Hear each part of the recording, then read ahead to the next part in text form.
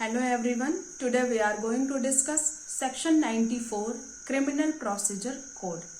Section 94 Criminal Procedure Code में हम आज बात करेंगे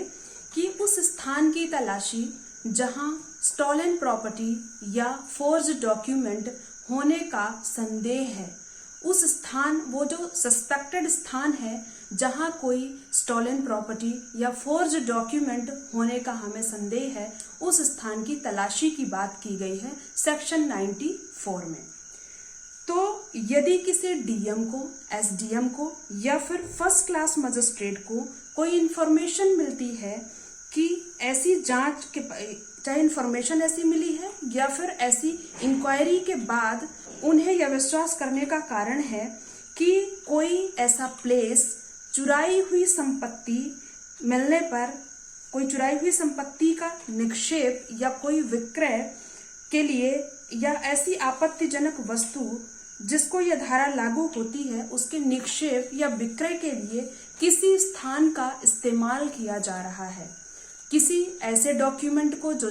किसी ऐसी प्रॉपर्टी जो स्टॉलन प्रॉपर्टी है या कोई ऐसा डॉक्यूमेंट है जो फोर्ज्ड है, कूट रचित है, कूटकृत डॉक्यूमेंट है। हम कौन से डॉक्यूमेंट कूटकृत हैं या फिर स्टॉलन प्रॉपर्टी है, इन चीजों के बारे में आगे हम इसी सेक्शन में डिस्कस करेंगे सेकेंड क्लॉज में। तो हम आपको बताएंगे। और इसमें यदि डीएम को, एसडीएम को या प्रथम वर्ग मजिस्ट्रेट को यह इंफॉर्मेशन मिलती है या फिर आफ्टर इंक्वायरी उन्हें ऐसा लगता है कि ऐसा कोई संदेह है कि ऐसा कोई स्थान है जिसको कि चुराई हुई संपत्ति या फिर फोर्ज डॉक्यूमेंट रखने का एक, उस स्थान को फिक्स कर लिया गया है कि इस स्थान में ऐसी स्टॉलन प्रॉपर्टी रखी जाएगी या रखी गई है, या फिर कोई कूटकृत दस्तावेज रखा जाएगा या रखा हुआ है, ऐसा कोई संदेह है, तो या फिर इंक्वायरी के बाद कंफर्म हो जाता है कि ऐसा प्लेस इस आधार पे, इस अपराध के लिए,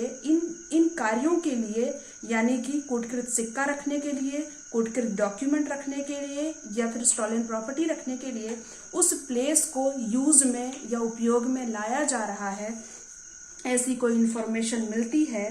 किसको, डीएम, एसडीएम या प्रथम वर्ग मजिस्ट्रेट को, तो तब, या फिर कोई आपत्तिजनक वस्तु या कोई अश्लील वस्तु जो हम 292 इंडियन पिनल कोड में पढ़ते हैं, उसकी बात कर रहे हैं, जिसको ये धारा लागू होती है, निक्षेप, विक्रय या उत्पादन के लिए उपयोग में लाया जाता है उस प्लेस को, या कोई ऐसी आपत्तिजनक वस्तु किसी स्थान में निक्षिप्त रखी गई है, तो वह कांस्टेबल की पंक्ति से ऊपर के किसी पुलिस ऑफिसर को इन ऊपर के डीएम, एसडीएम या प्रथम वर्ग मजिस्ट्रेट द्वारा एक निर्देश दिया जाएगा या एक ऑर्डर दिया जाएगा कि उस स्थान में जाओ, एक वारंट द्वारा उसे प्राधिकार दिया जाएगा, अथॉरिटी दी जाएगी कि उस स्थान पे जाके उस स्थान में ऐसी सहायता के साथ जैसी आवश्यक हो प्रवेश करें। यानी अगर जरूरी हो तो आप वेपन के साथ, हथियारों के साथ भी वहां पे, सशस्त्र के साथ, हथियारों के साथ भी वहां पे प्रवेश कर सकते हैं। यानी कि ये जो अथॉरिटीज हैं, तो कांस्टेबल से ऊपर वाले पंक्ति के किसी पुलिस ऑफिसर को अथॉराइज्ड करते हैं कि उस प्लेस में जहां की ऐसी स्टॉलन प्रॉपर्टी या फोर्ज्ड डॉक्यूमेंट होने का कोई संदेह है या कोई ऐसा प्लेस इस बात के लिए इस्तेमाल किया जा रहा है, वहां पे जाके, और कैसे जा सकते हैं, स्थान में ऐसी सहायता के साथ जैसी आवश्यक हो, यानी कि अस्त्र शस्त्र भी यूज कर सकते हैं, गन, पुलिस वाले जनरली गन यूज करते हैं, तो गन के साथ भी वहां प्रवेश कर सकते हैं यदि आवश्यक हो। और वारंट में जो भी रीति बताई गई होगी उस रीति से वो तलाशी ले वहां पे, और वहां पाई गई किसी भी संपत्ति या वस्तु को जो भी यूज की जा रही है, चाहे चुराई हुई संपत्ति हो या कोई आपत्तिजनक वस्तु हो जिसको यह धारा लागू होती है, होने का उसे उचित संदेह है, अपने कब्जे में ले। ऐसे डॉक्यूमेंट्स को वो अपने पोजीशन में ले, वो पुलिस ऑफिसर जो कि अथॉराइज्ड किया गया है, और उसे यह भी राइट है कि उस संपत्ति को या वस्तु को मजिस्ट्रेट के पास ले आए जो उसे वहां सर्च के बाद मिलती है, तलाशी के बाद मिलती है, और उस स्थान में जो भी व्यक्ति उस कार्य में लिप्त हैं उनको भी गिरफ्तार करके और उस मजिस्ट्रेट के समक्ष ले आए, या फिर अगर ऐसा पॉसिबल ना हो तो अपने पहरे में ही उन व्यक्तियों को तब तक रखे जब तक कि इन्हें इन्फॉर्म नहीं कर दिया जाता है, इन्हें मीन्स इन अथॉरिटीज को, डीएम, एसडीएम या फिर प्रथम वर्ग मजिस्ट्रेट को। नेक्स्ट फिर हम देखेंगे इसका सब क्लॉज 2। इसमें बताया गया है कि ये आपत्तिजनक वस्तुएं जो हम सब क्लॉज 1 में यूज किए हैं वो कौन सी वस्तुएं हैं, आपत्तिजनक वस्तुएं जिनको कि यह सेक्शन 94 लागू होती है। तो वो है कूटकृत सिक्का। कूटकृत सिक्का हम इंडियन पिनल कोड में पढ़ते हैं। फिर नेक्स्ट है कोई धातु टोकन अधिनियम है 1889 का, उसके तहत बनाए गए जो ये टोकन है। कूटकृत करेंसी नोट है, फोर्स्ड करेंसी नोट है। कूटकृत काउंटरफीट करेंसी नोट हम पढ़ते हैं जो 489 ABCD पूरा क्लॉज है, वो जो वो करेंसी नोट है या कूटकृत स्टैम्प है, या फिर कूट रचित कोई डॉक्यूमेंट है जो हम 463(4) में पढ़ते हैं इंडियन पिनल कोड में। इसके बाद नकली मुद्राएं हैं, और भारतीय दंड संहिता की धारा 292 में जो अश्लील वस्तुएं हैं वो हो गई हैं, और ए से लेके और एफ तक में जो बातें बताई गई हैं उनमें प्रयुक्त वस्तुओं का जो भी कोई उपकरण या सामग्री रखेगा उससे भी ये अप्लाई होगी सेक्शन, ऐसा सब क्लॉज 2 सेक्शन 94 का बताता है।